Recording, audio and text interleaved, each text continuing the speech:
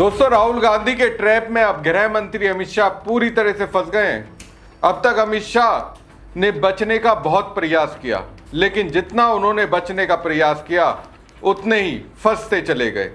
अब ऐसे फंसे हैं कि सुप्रीम कोर्ट से जो कमेटी बनाई गई है, उस कमेटी को इस बात पर गौर करना पड़ेगा कि जंतर मंतर पर प्रदर्शन के दौरान अमित शाह की दिल्ली पुलिस ने पैलेट गन चलाई। और दोस्तों, ऐसे हालात में दिल्ली पुलिस के दो बड़े अधिकारी रडार पर आएंगे, और अगर वो रडार पर आएंगे तो फिर जो अब तक राहुल गांधी समेत पूरा विपक्ष अमित शाह से मांग कर रहा था कि पैलेट गन चलाने पर वो अपना स्टैंड क्लियर करे, क्या उन्होंने पैलेट गन चलाने का आदेश दिया या फिर वहां मौजूद पुलिस के आला अधिकारियों ने खुद से फैसला लिया? और अगर खुद से फैसला लिया तो उस स्थिति में भी अमित शाह को गृह मंत्री के पद से इस्तीफा देना पड़ सकता है। नमस्कार दोस्तों, मैं हूं परवीन सानी। दोस्तों, कांग्रेस सांसद राहुल गांधी ने इस वक्त गृह मंत्री अमित शाह के लिए ऐसे हालात बना दिए हैं, उनके दाएं, उनके बाएं, उनके आगे और पीछे चारों ओर खाई है।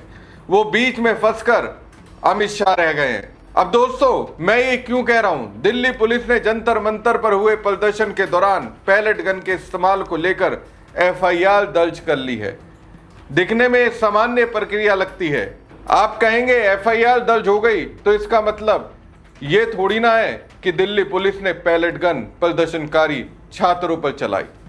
साबित भी करना होता है। लेकिन दोस्तों, अगर ऐसा है तो फिर इतनी जद्दोजहद पीएम मोदी, गृह मंत्री अमित शाह और उनके मंत्रियों ने क्यों की? दोस्तों, 20 जुलाई को संसद मार्च के दौरान दिल्ली पुलिस ने प्रदर्शनकारी छात्रों पर लाठियां भांजी, आंसू गैस के गोले छोड़े और पैलेट गन चलवाई।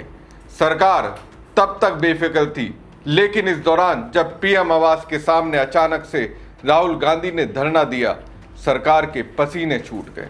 खासकर गृह मंत्री अमित शाह की राहुल गांधी के सामने अपने आप में बड़ी हार थी, क्योंकि ना तो दिल्ली पुलिस को भनक लगी और ना ही अमित शाह के गृह मंत्रालय के अधीन एजेंसियां आईबी को इसकी खबर लगी।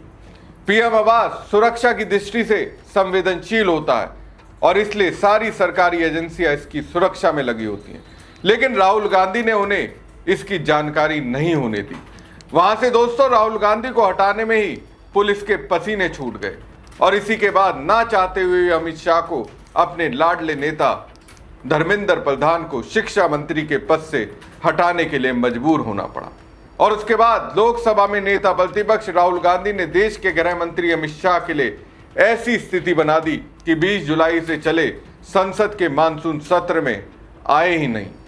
संसद की कार्रवाई चल रही थी और अमित शाह संसद में अपने कार्यालय में जाते, लेकिन कार्रवाई में हिस्सा नहीं लेते। फिर पता नहीं किसी ने अमित शाह को आइडिया दिया होगा। उन्होंने राहुल गांधी को चैलेंज देते हुए कह दिया, मैं दिल्ली में प्रदर्शनकारी छात्रों और नीट पर स्पीच दूंगा। लेकिन राहुल गांधी ने भी साफ कह दिया, आपकी स्पीच सुनने में विपक्ष समेत देश की जनता की कोई दिलचस्पी नहीं है। आप बताइए, पैलेट गन चलाने का आदेश आपने दिया या फिर बिना आदेश के दिल्ली पुलिस ने पैलेट गन चलवाई? अब जैसे ही राहुल गांधी ने ऐसा कहा, देश के गृह मंत्री अमित शाह का हौसला पस्त हुआ और वो चैलेंज को ही भूल गए।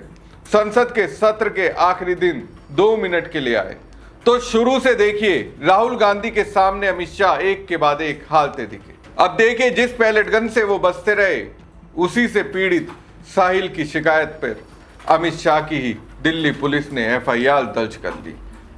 ये सब इसलिए हुआ क्योंकि राहुल गांधी धरने पर बैठ गए और जिद पर अड़ गए। जब तक साहिल की एफआईआर दर्ज नहीं होगी, तब तक वो धरने पर ही बैठे रहेंगे। धीरे धीरे वहां पर लोगों की संख्या बढ़ रही थी और देखिए, जब राहुल गांधी धरना दे रहे थे तो देश के पूर्व कानून मंत्री रविशंकर प्रसाद क्या कह रहे थे? बाकायदा प्रेस कॉन्फ्रेंस बुलाकर कह रहे थे, इस घटना के संबंध में एफआईआर पहले ही दर्ज की जा चुकी है और मामले की जांच चल रही है। उनका कहना था कि जब पुलिस पहले से मामले की जांच कर रही तो राहुल गांधी के धरने का औचित्य क्या है? दोस्तों, देखा रविशंकर प्रसाद कैसे सरेआम झूठ बोल रहे थे। बताइए, जब एफआईआर पैलेट गन चलाने को लेकर दर्ज हो गई थी तो फिर राहुल गांधी के तेवर को देखकर डरी अमित शाह की दिल्ली पुलिस ने अभी एफआईआर किस बात को लेकर दर्ज की? दोस्तों, दरअसल इस सरकार की आदत हमेशा से रही है कि झूठ को सच बताती रही है। राहुल गांधी ने साहिल को न्याय तो दिलाया ही, इसके साथ ही एक बार फिर ये साबित कर दिया कि सरकार और बीजेपी दोनों झूठ बोलने में माहिर हैं। रविशंकर प्रसाद सवाल उठा रहे थे, जब न्यायिक प्रक्रिया और जांच की व्यवस्था मौजूद है तो राहुल गांधी पुलिस थाने के बाहर धरना देकर किस तरीके का संदेश देना चाहते हैं? बिना अनुमति या पूर्व सूचना के पुलिस थाने के बाहर धरना देना कानून के शासन का सम्मान नहीं है और इसे अराजकता की राजनीति कहा। तो रविशंकर प्रसाद अब क्या कहेंगे? क्या अमित शाह अराजकता के सामने झुक गए या फिर राहुल के सच के सामने उन्होंने आत्मसमर्पण कर दिया? बहरहाल दोस्तों, राहुल गांधी की मौजूदगी में दिल्ली पुलिस ने कई घंटों बाद केस दर्ज कर लिया। हालांकि इस एफआईआर में किसी का नाम नहीं है, अज्ञात के खिलाफ मामला दर्ज किया गया है, लेकिन ये केस दिल्ली पुलिस के लिए गले की फांस बन सकता है। वजह, केस की जांच के दौरान दिल्ली पुलिस के 2 डीसीपी रडार पर रहेंगे। इन्होंने ही आरएएफ को पैलेट गन एवं दूसरे फायर आर्म्स चलाने का अधिकार दिया। जानकारों का कहना है कि जांच के लिहाज से यह अब अमित शाह के लिए गले की फांस बन चुका है, क्योंकि इसमें दिल्ली पुलिस के अलावा सीआरपीएफ की विशेष इकाई रैपिड एक्शन फोर्स भी शामिल है। जांच करते समय यह बात भी ध्यान रखनी है कि दिल्ली पुलिस जिस केंद्रीय बल को कानून व्यवस्था की स्थिति बनाए रखने के लिए बुलाती है, वो उसकी तैनाती और कार्रवाई के लिए भी जिम्मेदार होती है। दिल्ली पुलिस ने गृह मंत्रालय से कहा था कि कानून व्यवस्था बनाए रखने के लिए सीआरपीएफ और आरएएफ सहित दूसरे केंद्रीय बलों की कंपनियां जंतर मंतर और दूसरे इलाकों में तैनात की जाए। पैलेट गन के इस्तेमाल को लेकर नई दिल्ली जिला डीसीपी सचिन शर्मा ने बतौर एग्जीक्यूटिव मजिस्ट्रेट सीआरपीएफ आरएएफ के सहायक कमांडेंट दिलावर सिंह को लिखित में यह अधिकार दिया था कि वो प्रदर्शन के लिए जमा हुई भीड़ को तितर बितर करने के लिए गैस, लाठीचार्ज और फायर आर्म्स का प्रयोग कर सकते हैं। आरएएफ ने इसी अधिकार का पालन किया।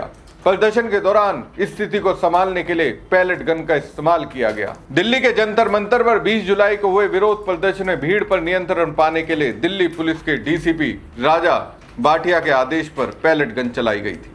आरएएफ ने उनके आदेश के बाद पैलेट गन के कई शेल दागे, 5 टीयर स्मोक ग्रेनेड, दंगा रोधी गन और प्लास्टिक पैलेट का भी इस्तेमाल किया गया।